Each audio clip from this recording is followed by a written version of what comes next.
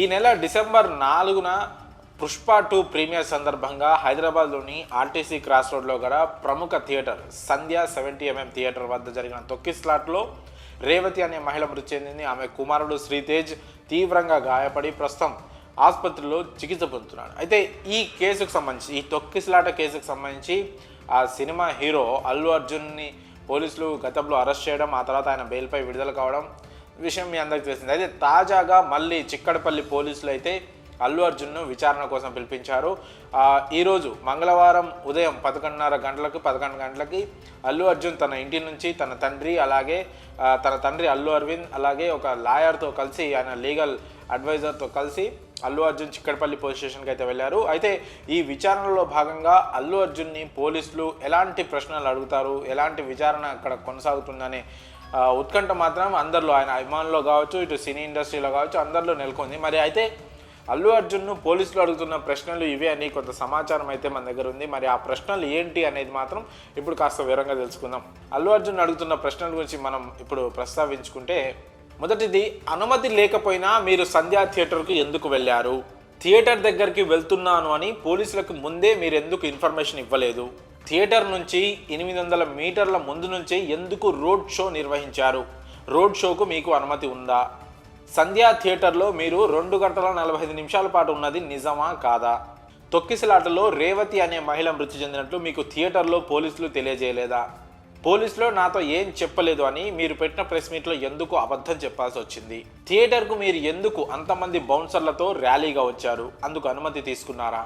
Upper balcony గేట్లు మూసివేయాలని మీరెందుకు మీ సిబ్బందికి, అంటే మీ పర్సనల్ సెక్యూరిటీకి ఆదేశాలు ఇచ్చారు? ఒక మహిళ మృతి చెందిందని పోలీసులు మీతో చెప్పిన తర్వాత కూడా మళ్ళీ మీరు వెనక్కి ఇంటికి వెళ్ళిపోయేటప్పుడు మళ్ళీ ఎందుకు రూప్ టాప్ పైకి ఎక్కి అభిమానులకు అభివాదం చేయాల్సి వచ్చింది? అయితే ఇలాంటి ప్రశ్నలు కొన్ని ఖచ్చితంగా అల్లు అర్జున్ని అడిగే అవకాశం ఉన్నట్లు మనకు తెలుస్తూ ఉంది. అయితే ఎగ్జాక్ట్లీ ఇవే ప్రశ్నలు కాకపోయినప్పటికీ కూడా దీనికి సంబంధించిన, అంటే ఆ ఇష్యూకి సంబంధించి ఆ తర్వాత రేవంత్ రెడ్డి ముఖ్యమంత్రి గారు అసెంబ్లీలో ఈ టాపిక్ని ప్రస్తావించిన తర్వాత ఇమీడియట్గా ఆయన ప్రెస్ మీట్ పెట్టి మాట్లాడిన అంశాలపైన, ముఖ్యంగా ఈ 2 అంశాలపైన, అక్కడ జరిగిన ఏదైతే తొక్కిసలాట జరిగిందో దానికి సంబంధించి, అలాగే ఆయన ప్రెస్ మీట్లో మాట్లాడిన ఈ 2 అంశాల గురించి ముఖ్యంగా పోలీసులు అయితే ఆయనని క్వశ్చన్ చేసే అవకాశం ఉన్నట్లు కనిపిస్తుంది. దాదాపు 2 గంటల పాటు ఈ విచారణ అయితే కొనసాగనుంది. అయితే ఈ విచారణ ముగిసిన తర్వాత అల్లు అర్జున్ ఏదైతే స్టేట్మెంట్ ఇస్తారో, ఆయన వాగ్మూలం ఏదైతే ఇస్తారో, ఈ ప్రశ్నలకి ఆయన ఏదైతే సమాధానం ఇస్తారో అవన్నీ రికార్డ్ చేసి, అవన్నీ పేపర్లు రికార్డ్ చేసి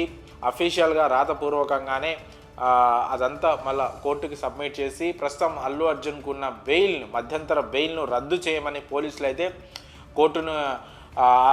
కోర్టును ఆశ్రయించే అవకాశం ఉంది. ఒకవేళ హైకోర్టు దాన్ని నిరాకరించినా కూడా మళ్ళీ సుప్రీంకోర్టుకైనా సరే పోలీసులు వెళ్ళే అవకాశం ఉన్నట్లు తెలుస్తూ ఉంది. అల్లు అర్జున్ బెయిల్ రద్దు చేయాలి, ఎందుకంటే దానికి ఇవి కారణాలు అన్నట్టు చూపించి ప్రస్తుతం ఆయన ఇచ్చిన స్టేట్మెంట్ను కూడా దానికి జత చేసే అవకాశం ఉన్నట్లు కనిపిస్తుంది. ఒకవేళ అల్లు అర్జున్ బెయిల్ కనుక రద్దు అయితే ఇమీడియట్గా అల్లు అర్జున్ని మళ్ళీ పోలీసులు అదుపులోకి తీసుకొని అరెస్ట్ చేసే అవకాశం అయితే స్పష్టంగా కనిపిస్తూ ఉంది. ఆల్రెడీ ఆయనకు నాంపల్లి కోర్టు రిమాండ్ విధించింది, దానిపైన హైకోర్టు మధ్యంతర బెయిల్ అయితే మంజూరు చేసింది. మరి ఆ బెయిల్ రద్దు అయితే పోలీసులు మరోసారి అల్లు అర్జున్ని అరెస్ట్ చేసే అవకాశం కనిపిస్తూ ఉంది. అయితే ఈ విచారణలో భాగంగా అల్లు అర్జున్ని అడిగినట్లు మనకు తెలుస్తున్న సమాచారం ప్రకారం ఈ ప్రశ్నలపై మీ అభిప్రాయాలను కామెంట్స్ రూపంలో తెలియజేయండి.